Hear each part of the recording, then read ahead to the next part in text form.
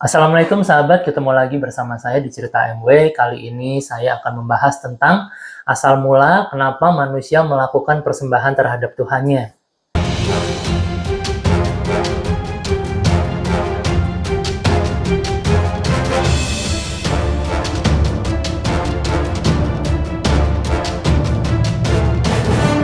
Kita bisa merujuk ke Perjanjian Lama di kitab Kejadian 4 ayat 1-8. Di situ dikisahkan ada yang bernama Kain dan ada yang bernama Habel. Kain dan Habel ini adalah anak Adam dan Hawa. Ketika itu mereka disuruh untuk melakukan persembahan bagi Tuhannya.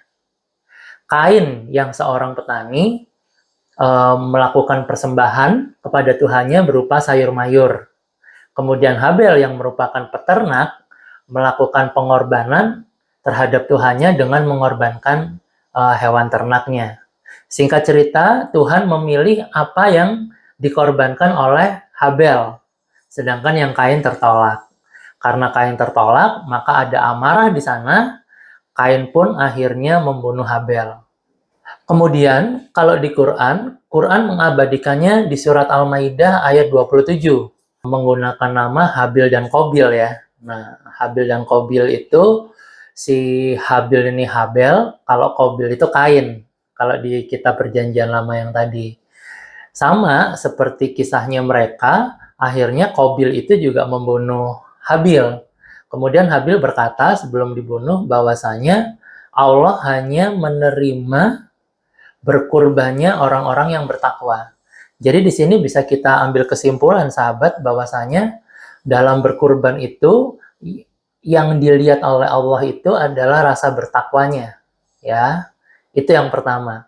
Kemudian ada kisah kedua yang melandasi kenapa manusia melakukan pengorbanan terutama hewan kepada Allah atau kepada Tuhan. Yang pertama kita bisa lihat di sini kisah Nabi Ibrahim ke Nabi Ismail dan Ishak ya, karena nanti ini ada perbedaan. Ya, kemudian kita merujuk ke kitab Perjanjian Lama yaitu Kejadian 22 ayat 2. Di situ saya bacakan firman-Nya, ambillah anakmu yang tunggal itu yang engkau kasihi, yakni Ishak. Pergilah ke tanah Moria dan persembahkanlah dia di sana sebagai korban bakaran pada salah satu gunung yang akan kukatakan kepadamu.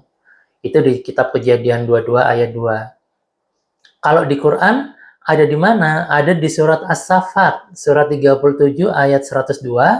Di sana digambarkan bahwasanya anaknya Ibrahim di sini berkata, "Hai Bapakku, kerjakanlah apa yang diperintahkan kepadamu. Insya Allah kamu akan mendapatiku termasuk orang-orang yang sabar."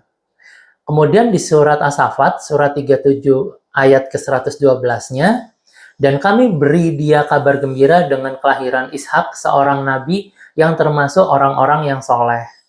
Nah, jadi sahabat semua, di sini ada perbedaan siapa yang disembelih oleh Nabi Ibrahim atas suruhan Tuhannya.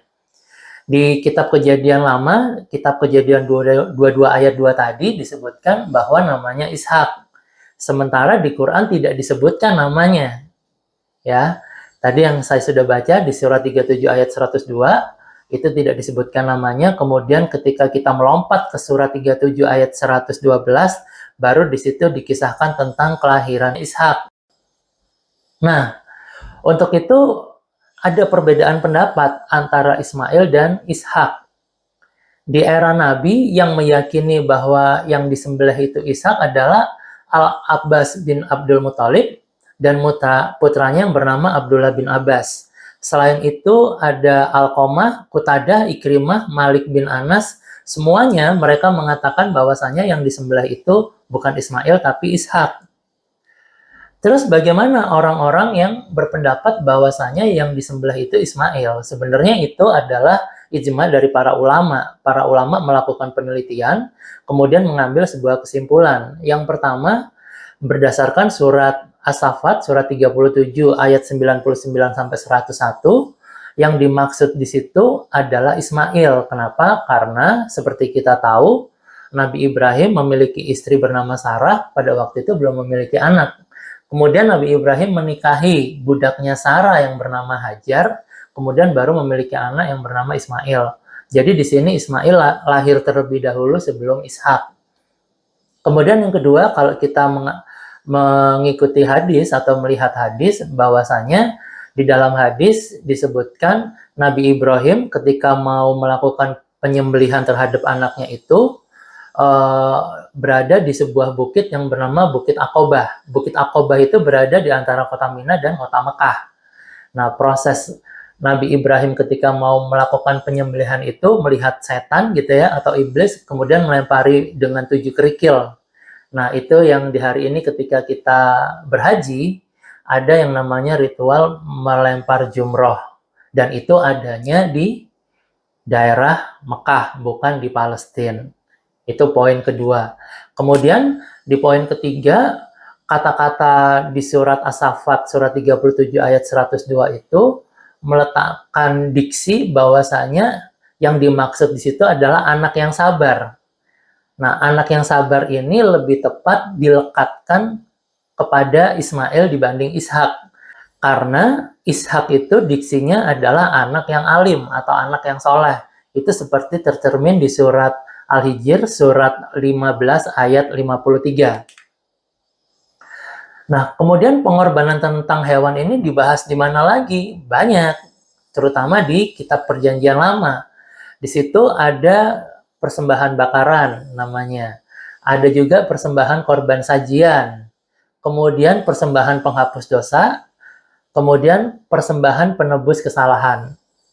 Kemudian pada Perjanjian Baru, pengorbanan berupa korban hewan ini ditiadakan gitu ya.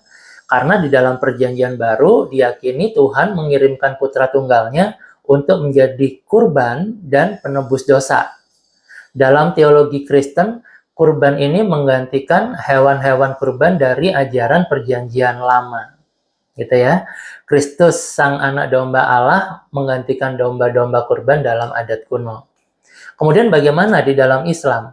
Islam menyebutnya kurban. Kurban itu artinya dekat. Dalam hal ini ketika orang melakukan kurban, artinya dalam rangka mendekatkan diri kepada Sang Pencipta atau Allah. Nah, itu bisa kita lihat di surat Al-Kautsar ayat 2, di surat Al-Hajj ayat 28, 34, dan 35, kemudian di surat As-Saffat ayat 102 itu sendiri. Kemudian ada hadis Nabi dari Abu Hurairah yang menyebutkan barang siapa yang memiliki kemampuan tetapi ia tidak berkurban, janganlah mendekati tempat sholat kami. Dimaknai dari hadis ini, para ulama sepakat bahwasanya berkurban hewan itu hukumnya sunnah muakkad. Apakah sunnah muakkad itu? Sunnah muakkad itu adalah sunnah yang ditekankan atau dianjurkan. Jika Anda masih memiliki kemampuan untuk berkurban, maka itu ditekankan untuk berkurban. Kemudian selanjutnya, apa yang hikmah bisa kita ambil dari peristiwa kurban itu sendiri? Yang pertama, kalau kita merujuk ke Nabi Ibrahim menyembelih anaknya, baik itu Ishak maupun Ismail, yang bisa kita maknai adalah Allah atau Tuhan ingin memutuskan kecintaan kita kepada dunia. Ya, Allah ingin cintanya manusia itu hanya kepadanya. Nah, itu disimbolkan dengan menyembelih anak gitu ya. Jadi cinta dunia itu kan cinta anak, harta, tahta, kedudukan, dan lain sebagainya. Allah tidak mau manusianya itu tergelincir dan terperangkap dalam tipu daya dunia. Makanya Allah kepingin memutuskan itu. Yang kedua, ada ayat yang menyebutkan bahwasanya satu-satunya cinta itu seharusnya diberikan hanya kepada Tuhan.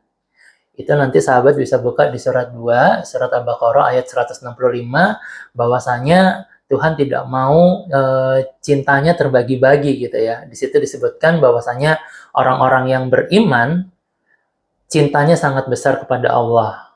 Kemudian hikmah yang ketiga adalah bahwasanya dengan melakukan penyembelihan hewan kurban itu tadi, kita bisa berbagi kepada sesama kita ya, berbagi daging hewan. Kemudian sahabat, apakah ritual menyembelih hewan ini hanya ada di agama Samawi atau agama yang ada dibawakan oleh Nabi Ibrahim ini, ternyata tidak. Banyak di luar sana yang juga melakukan ritual pemotongan hewan ini sebagai bentuk cinta kepada Tuhannya. Di Indonesia yang sangat kaya adat istiadatnya ini, seringkali dalam ritual-ritual upacara yang mereka lakukan, mereka itu juga menyembelih hewan gitu. Mereka meyakini dengan melakukan persembahan kepada Yang Maha Kuasa, mereka mendapatkan perlindungan, dijauhkan dari mara bahaya. Saya rasa itu ya sahabat semua tentang kurban yang sampai hari ini masih kita lakukan. Nah, sahabat semua, selamat Hari Raya Idul Adha. Silahkan berkurban jika Anda mampu, karena akan ada banyak kebaikan di sana dan ada pahala yang sangat banyak di sana. Selain itu, yang lebih penting dari itu semua, dengan berkurban, kita menunjukkan rasa cinta kita kepada Tuhan kita. Saya Wiwit pamit. Wassalamualaikum warahmatullahi wabarakatuh.